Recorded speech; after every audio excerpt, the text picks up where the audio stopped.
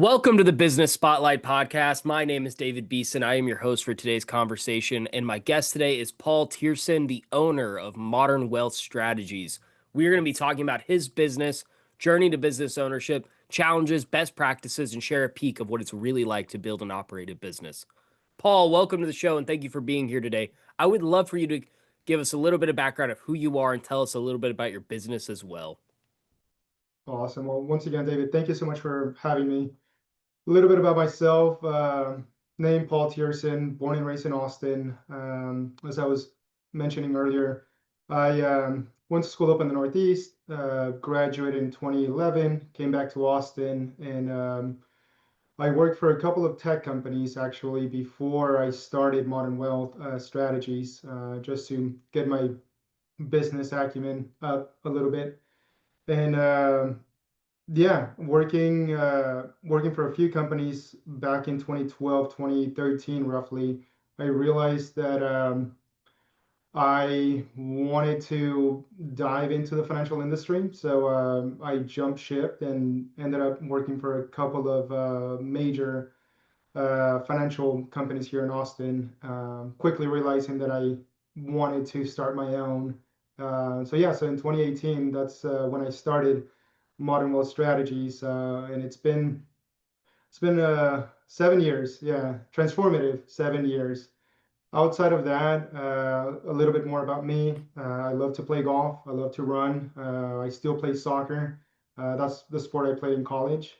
So if you don't find me in the office, most likely you'll find me either around Town Lake or any given golf course here in Austin. But yeah, that's a little bit about me.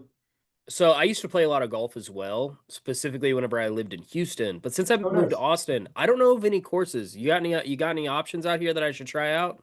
Yeah, depending on what part of Austin you live in, whether it's north or south, maybe west a little bit.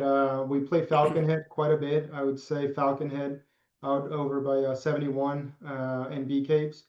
That's a staple. I feel like we have that in the rotation once a month.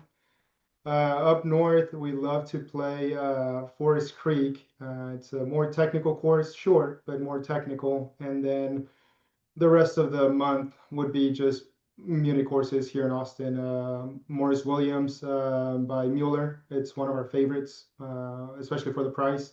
So usually in the afternoon, once the market's closed, right, a few of my buddies and I will head over and either play 9 holes if we can squeeze 18 during the summer. We'll do that. So Awesome. Yeah. Thank you for the recommendations. yeah, yeah, yeah, I've been wanting to find absolutely. some courses because I've been itching to play.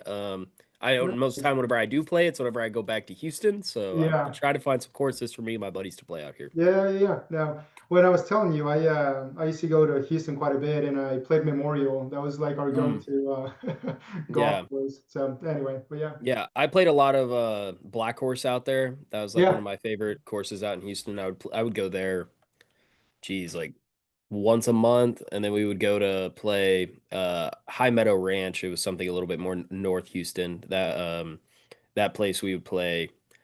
I played that course probably also like once a month, honestly. So we would go a lot. that's Um, awesome. yeah, That's awesome. kind Yeah, of bringing it back now to business for a second. of course. So I'm curious. So what is Modern Wealth Strategies? What do y'all do? Yeah, so we are an advisory firm here in Austin, independent advisory firm. So basically, when clients or people in general, they're thinking about their finances, right? Do we want to save for retirement? Do we want to save for college? We're getting married, we're buying a house, basically everything that pertains to your financial picture. We come in and we can help you with that. Now, on the other side of that, there are clients that come in and say, hey, we've done it, right? We've been doing financial planning, quote unquote, for the last 10, 20 years. We have assets that we want and need somebody to manage for us. That's another way we can help clients is we manage the assets for them. Uh, and in turn, right, meeting with them on a yearly basis to make sure that we're helping them get closer to their goals, essentially, whether that's retirement or buying the next big purchase that they had in mind 2, 3 years ago. So yeah, in a nutshell, that's what we do for clients. Gotcha. So, setting the stage for the viewers and listeners, generally speaking, what is your current ownership structure like? Are you the sole founder and owner? Are there outside investors, business partner? Yeah, so I am I'm the founder, right? Founder and owner of Modern Wealth Strategies. No outside investors. So the way our industry works is unless you, I guess, acquire a book of business from other advisors retiring, but I've done it organically over the last 12 years, right? Literally started from $0 in my book of business, if you will. Luckily, being from Austin, I was able to, and being young back then when I started, I was 24, 36 now. Um, I was at every happy hour. I was at every coffee meeting. I was at every um, event, if you will. Um, and then, yeah, eventually the tipping point, right? I started gathering more clients and more clients, and eventually the practice started to generate enough income, not only for the practice, but also for myself, to where now we're in growth mode, basically hiring advisors to become partners of the firm. And that's essentially where we are right now. It's a very exciting time for us. Is hopefully by the end of the year we'll have a total of 3 advisors working with me, soon to be partners here in the next couple of years, and then after that potentially having 10 to 15 advisors. That's essentially, and maybe we'll talk about it here a little bit in a little bit about what the next 5 years might look like. But that's essentially, the ownership of the firm. Yeah. Yeah, that's awesome. Yeah, I'm I'm 25 and it is crazy how me and my early business journey right now, Yeah. how much those networking happy hours, how important those are in the early stages of laying the groundwork. So, Oh yeah. Oh yeah. Well, I mean, yeah, it's been once again, any given year, I'll find myself talking myself out of going to certain events, and I just know, back to what we were talking about earlier, the universe, right, working in your favor.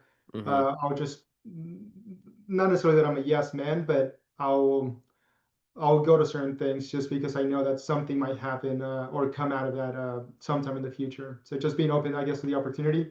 It's been great. Yeah. So when you look at your role in the business, how many hours do you spend working in your business and how many on the business? So like strategy planning.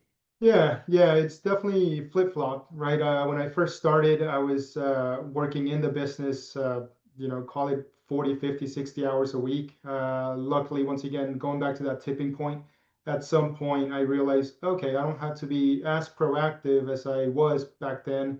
I can now be more strategic about what I'm doing with the business. So to answer your question, I'm maybe spending 75% working on the business, right? So more of the strategy on how to take the firm to the next level.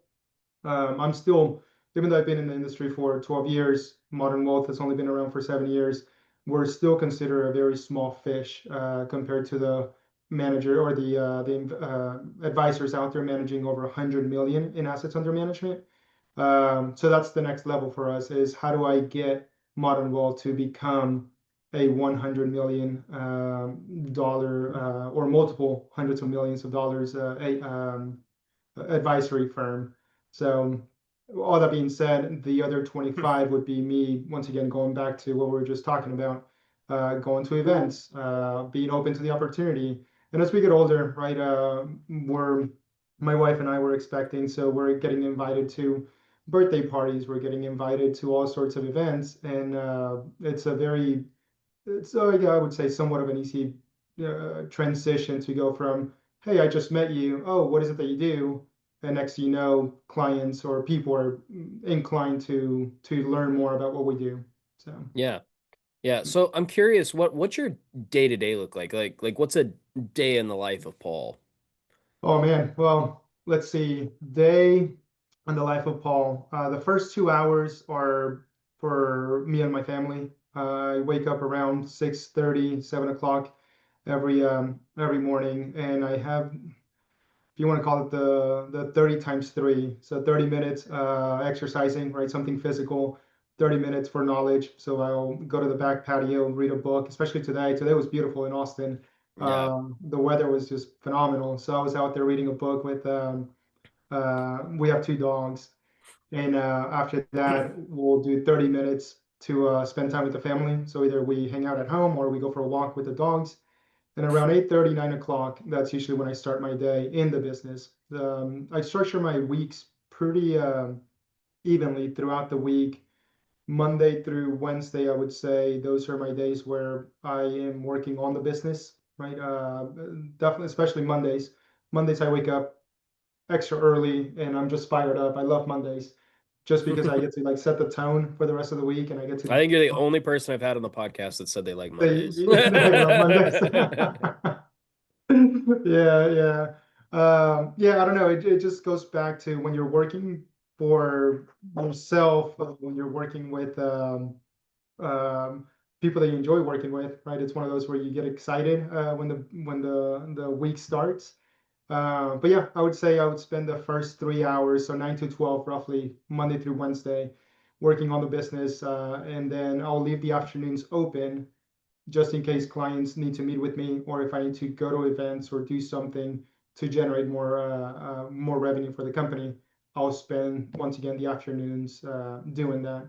Thursdays and Fridays are pretty flexible, right? So if once again, if I want to go play golf on a Thursday or a Friday, once the markets are closed around 2, 3 o'clock, the market's closed at 3 Central Time, but around 2 or 3, I'll start heading out to the golf course, whether it's Thursday or Friday, just because once again we've done the bulk of our work at the beginning of the week, and now that I'm bringing advisors on, now they get to help me continue to grow the firm. So if I'm not there, they can jump in and help out with whatever we need to accomplish that day. Yeah, it's awesome. Yeah. So I'm curious, why did you choose? I know we talked about it a little bit, but why did you choose to make the pivot to go into business for yourself? And what was that transition like for you? Yeah, I think it all started when I was working for those two tech companies. A lot of politics. I hate to say this, but I did not get along with my manager, right? And we bumped heads, and I quickly realized uh, I, I do certain things a certain way, and I'm always thinking on how to not necessarily reinvent the wheel, but how do we make things more efficient, right, and better, not only for yourself as a business owner or an employee, but for the company themselves, right? But they were stuck in their ways, and there were a lot of inefficiencies with that. So I Yeah, said, hey, I feel like I can do this a lot better. I can do it more efficiently and not lose and waste a lot of time trying to jump through hoops to get things done for the company, for the client, for myself.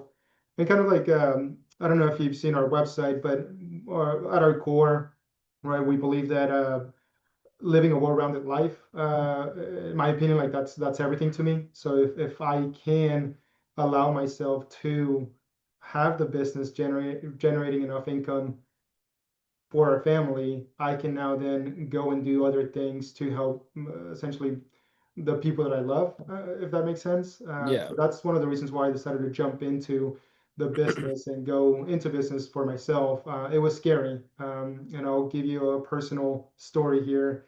I had probably, I don't know, $200 to $300 in my bank account when I quit because I had not received my severance package basically from the mm, company that I was working with.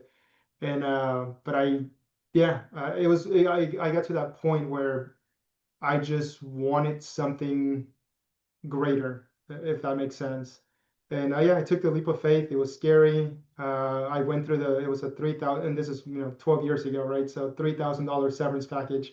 I went through that within a month or so, yeah, with all of my expenses, right? And then I started in the industry. Now, when you start in this industry, you can go different ways to go about it, but it was all commission, right?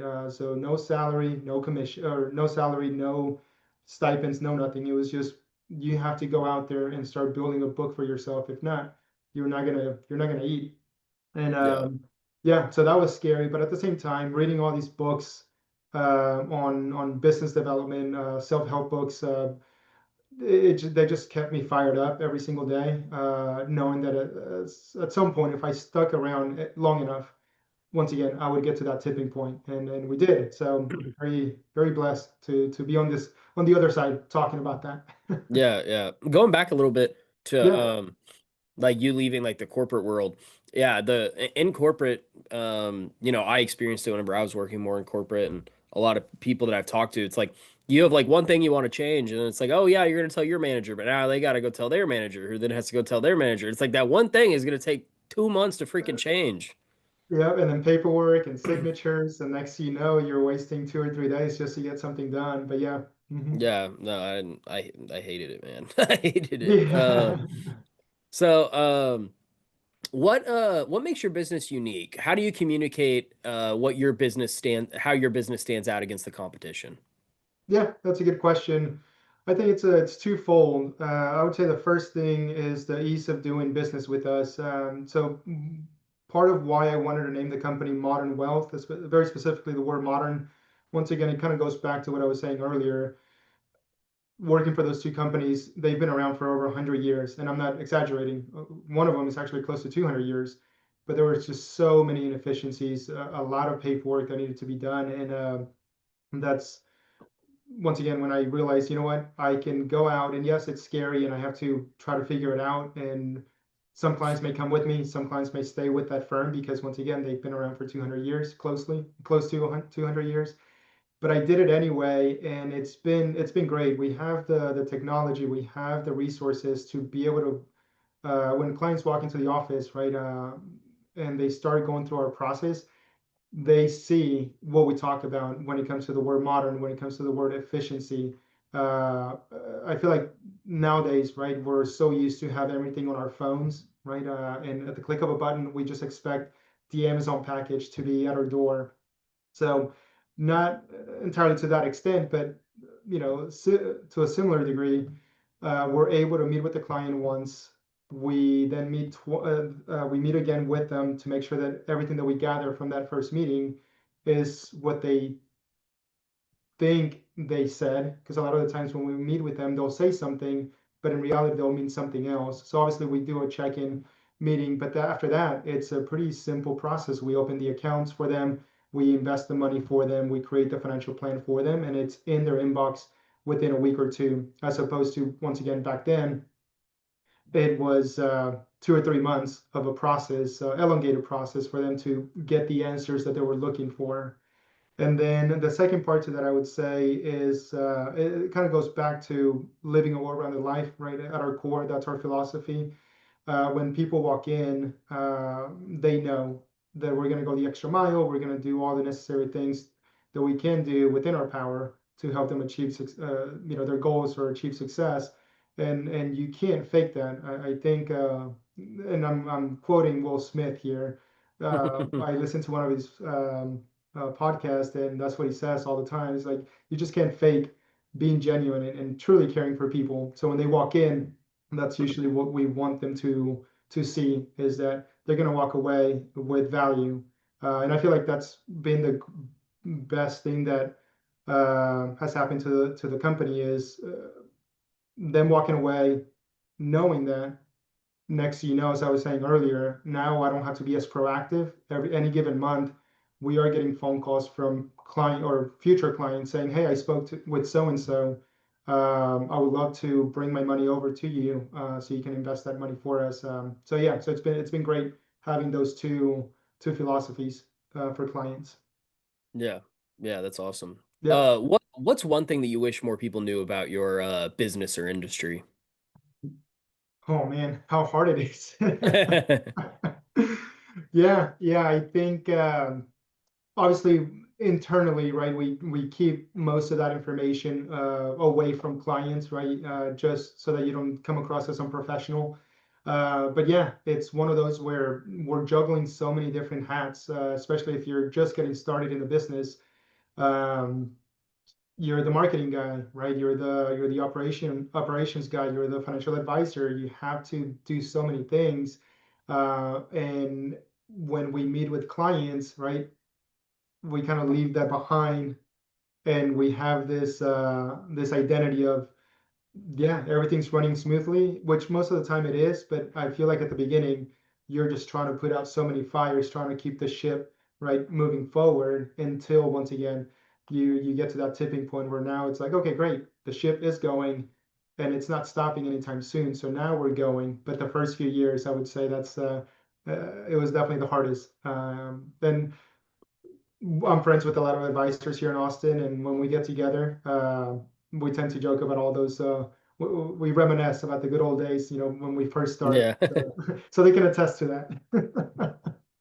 Yeah, Yeah. So I'm going to kind of transition a little bit into marketing. So yeah, of I have course. a I have a marketing background. I do digital marketing, videography, and like commercials and stuff like that. So I'm always That's cool. curious what successful businesses are doing. What percentage of your monthly sales typically is invested back into your marketing budget? Right now, we're investing about 25 to 30% of that because we're just, well, I shouldn't say just, we're about a year into actually actively doing or having some sort of marketing strategy. Before, once again, it was more organically word of mouth. I was out and about. But as of now, it was making sure that, once again, we have the Google Ads going.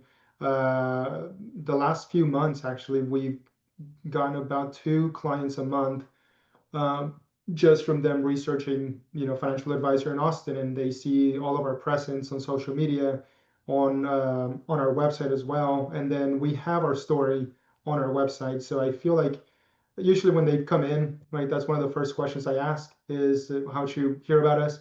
And if they mention anything about the website, I'll ask that follow-up question. Did you get to the about us page? And they go, yep, read the whole thing. It was great. And that's one of the reasons why I chose to reach out to you all. And it's like, okay, that's awesome. It's working.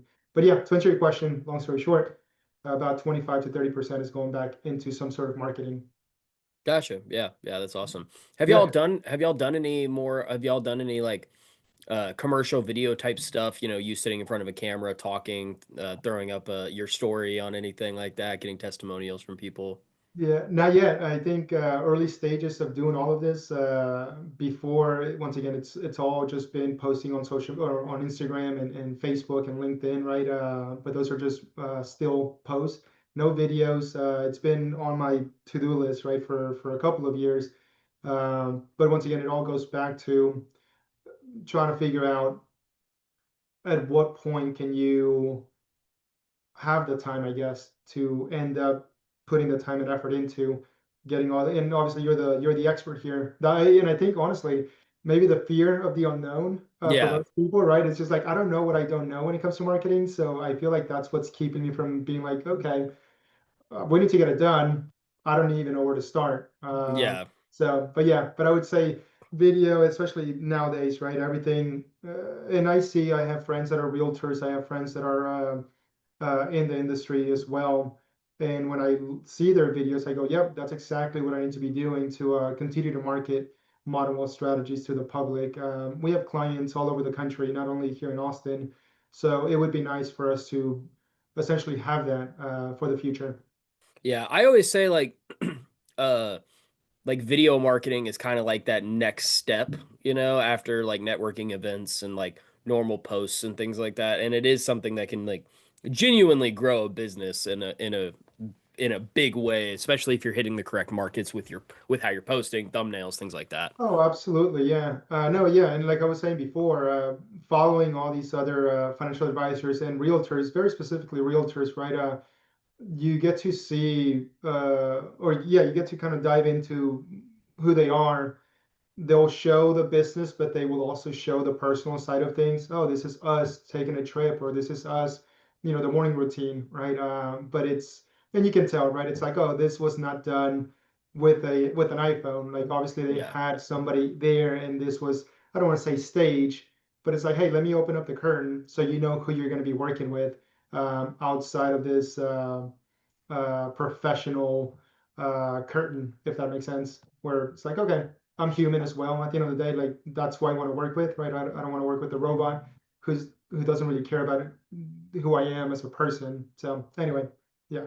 Yeah, yeah. So what approach have you taken to tracking your leads? Do y'all have a CRM you prefer? No, we don't. Honestly, I think Google Analytics is the only thing that we're using right now because it goes back to what I was saying earlier. Organically, and I guess manually, to answer that question directly, like manually, I am writing down, okay, this lead came from this person or this lead came from Google search. But yeah, we don't really, and we do have CRM. It's just that I don't have the time to go in there and keep it clean. So Yeah. that's why we're once again in the process of hiring an assistant so that she can then be the one to do that for us. So Yeah. So I'm curious, how big is the team for Modern Wealth Strategies? How many team members do y'all have? yeah, so right now we have three. So it's myself. We have an advisor out of Houston. We have a marketing assistant who's working, I would say, more on the part-time side of things. And then we have a team out of Houston, actually, of financial planners, attorneys, and CPAs. They're not necessarily hired by Modern Wealth directly, but I do pay their group a fee on a monthly basis for us to be able to use their services. So any given day, once again, if I have a financial planner, if I need to open up any type of account, but I find myself traveling to Houston, for example, for meetings, then I can reach out to them and say, hey, please take care of such and such client so that they can have their accounts taken care of today. And I'll revisit with them in a couple of days when I'm back in Austin, right? So to answer your question, we have three right now with that pseudo team, I guess, of five individuals in Houston. Yeah, yeah. And I know that you touched on it briefly earlier that you have like this 5-year plan. I'm curious, what is the 5-year growth plan for you? Yeah, from a numbers perspective, we are shooting to once again get to that 100 million in assets under management. We're about a third of the way there, and the way it works is not only from us growing, right, the assets in the stock market, but also from new advisors joining the firm or us acquiring new clients. The 5-year plan, that it's essentially that, where if we can get to that. I would say in 5 years, I would want to have at least three partners in the firm with about 10 advisors. So that way, once again, we can get to that 100 million goal that I set. I set that goal about 5 years ago, and over the last 7 years, right, getting a third of the way there. I don't want to say it gets easier, but obviously if we're growing assets at a certain percentage, um, even if the percentage stays the same on a larger number, it's going to be a much larger number, right? So I think the snowball effect is taking off to where within the next 5 years, it's very doable for us to get to that point. So Yeah. yeah. Yeah, I know this is mostly from word of mouth. I personally haven't done a ton of trading in the last few years. I kind of want to get more into it, but I've heard that the market's been pretty volatile over the last year specifically. How's that like impacted you guys? It's been great actually. So we Yeah. don't do day trading. So what we do is we manage wealth, right? So I build portfolios for clients based on what we're seeing in the economy or the markets, Hmm. right? I have CNBC on every single day. I'm jumping on phone calls with JP Morgan Chase, with BlackRock, with Fidelity, among other asset managers on a weekly basis, and they're essentially letting us know exactly what they're seeing. So then I will cross-reference to with what I'm seeing as well, and based on that, we'll essentially create the portfolio for long-term goals. So in this case, to your point, it has been very volatile, but when clients come in freaking out about, hearing anything on social media, oh, the AI bubble, for example, that's been the latest one. I've gotten a few calls and a few emails from clients going, hey, what are we doing for this? It's like, you don't have to worry about that too much. Remember 3, 4 months ago when we talked about your portfolio withstanding what's going to happen in the next 2 to 3 years? Yeah. Okay, great.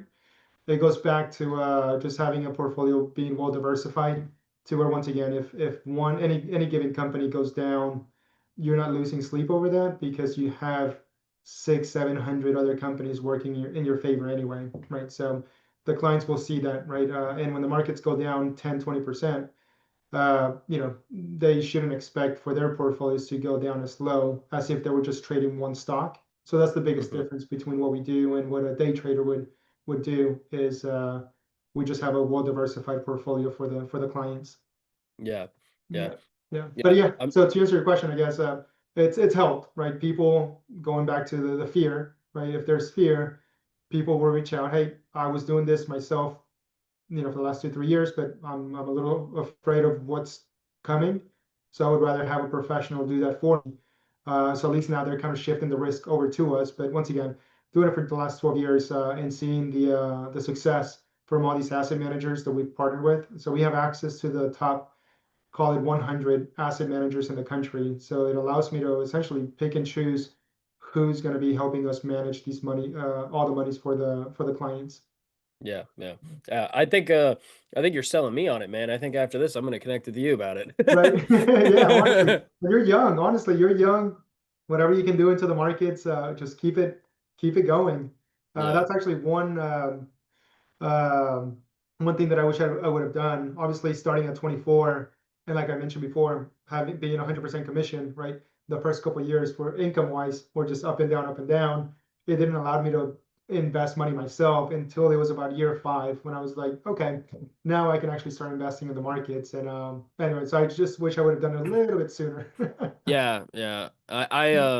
Yeah. It's something I've always wanted to get into, and I have the money to do it a lot of the time. It's just not knowing where to start. Is kind of like I Yeah. feel like that's how it is for most people my age, where it's like you try to watch a YouTube video that tries to explain it, and then it goes all over your head. Yeah.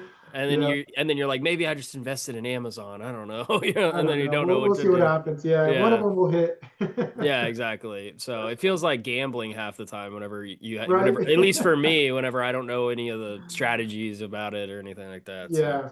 it's kind of Yeah. like the crypto sphere back whenever I was in college. Everyone was like buying crypto, and I was like, I don't know anything about this. I'll throw $20 in Bitcoin and see what happens. See what happens. Yeah. Yeah. Yep. Yep. Exactly. Well, it's a strategy, for lack of a better term, it's a strategy within itself. So if you did something great, if you didn't, not a big deal. But yeah.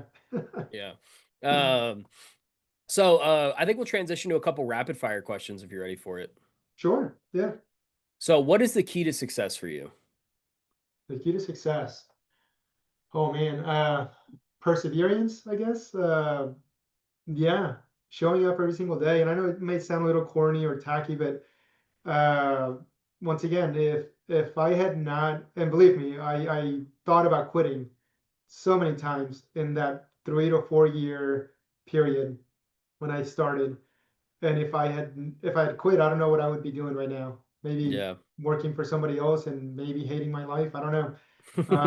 But yeah, just sticking with it and showing up every single day. Now, when I say showing up every single day, it doesn't mean that you have to go 100 miles an hour every single day, right? Because I do think about, if I'm scheduling my week accordingly, I should have enough time to do the things that I enjoy as well.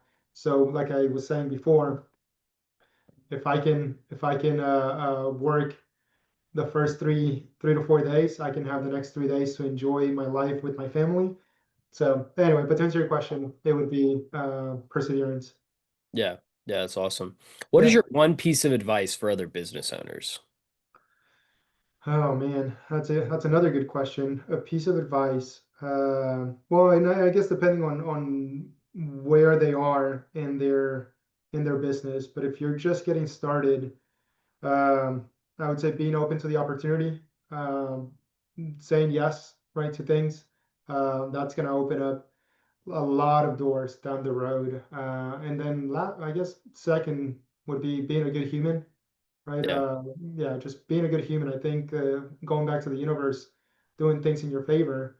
If you're a good human, people are going to like you. They're going to trust you, and whatever business you're in, they're going to want to support you. So I would say, yeah, those two things would be my advice. Yeah, I love that. So Yeah. I know that you mentioned it earlier already, but what is a book or podcast you're reading or listening to right now? I'm old school, so I love to yeah, I love to buy books, and once I'm done with them, they go back right on the shelves. I have a couple of shelves back behind me, but right now I'm reading Mastery by Robert Greene.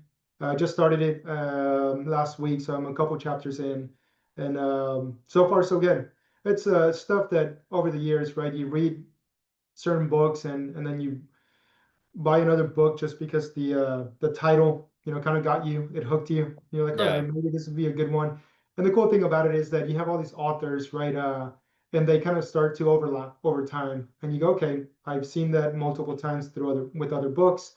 So I'm gonna kind of speed read until I find the extra 10%. And that's essentially where I am with some of the books that I'm reading for myself or the business.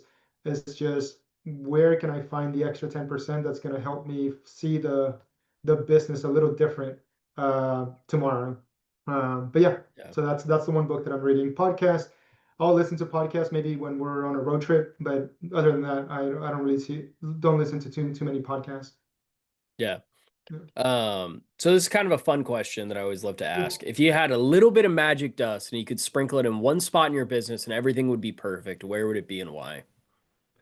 I mean, you're gonna love this this answer. It would be marketing. It Yeah. would just be, hey, how can I? So being a business owner, right? You want to, and I hope that every business out there listening to this feels the same way. It's your baby, right? It's you want to be proud of what you've built so far, right? So if you can find a way to just sprinkle some magic on it to where now, whether it's here in Austin or in Texas or in the US, people hear the word or hear the name Modern Wealth Strategies, they know who we are. Like I think that would be magic, right? And it all goes back to having a good marketing strategy to market the brand, the visual of who we are. So Yeah. Yeah, that's awesome. Obviously, I do love that answer. I love marketing. So, yeah. um, yeah, well, before we get to the final question of the day, do you want to share with the audience how they can follow y'all, learn more, contact you guys? Yeah, so once again, located here in Austin, Texas. We have advisors now in Houston. You can go to our website, modernwealthatx.com. Social media follows the same name, Modern Wealth ATX, Modern Wealth Strategies, on Facebook, Instagram, and LinkedIn.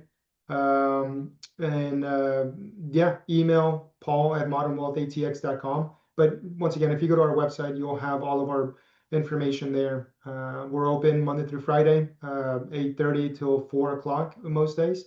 But yeah, reach out to us if you need any help with anything pertaining your financial picture. Awesome. Well, we've come to the final question of the day, and that is what's most inspiring to you today? Oh, I love that question.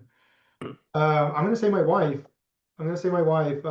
Women in general, right, are inspiring, but my wife, as I was mentioning earlier, today's her due date. So we're 40 weeks in, and seeing her embrace the last 9 months, about to bring our baby girl, Charlie, into the world. Um, yeah, I'm just amazed and so inspired, but by everything she's gone through the last 9 months. So shout out to my wife. Yeah, that's awesome. Yeah, I mentioned it earlier too. My Yeah. wife's also expecting, and I couldn't agree more. Every day I see her going through all the stuff she's going through, and you know, and I'm around helping. And yeah, it's really inspiring to see. Yep, Um, exactly. Yeah, it makes me look at myself and go, man, if she can do that, I can go run this business, right? yeah, yeah, Not any literally. doubt. I can do anything if she's doing this. Yeah. So, Um, Yeah, well, this was a great conversation. I really enjoyed getting to hear your story. So thank you so much for of sharing. course, Also, I just want to encourage all of y'all watching to save the show and come back and watch it again because Paul really did have some great insights for business. Also, don't forget to like and subscribe to our channel so that way you get notifications every time a new conversation drops just like this one. Thanks to everyone who watched us today, and a special thanks to you, Paul, for being with us today. We really appreciate it. my pleasure. And I will see you all in the next episode.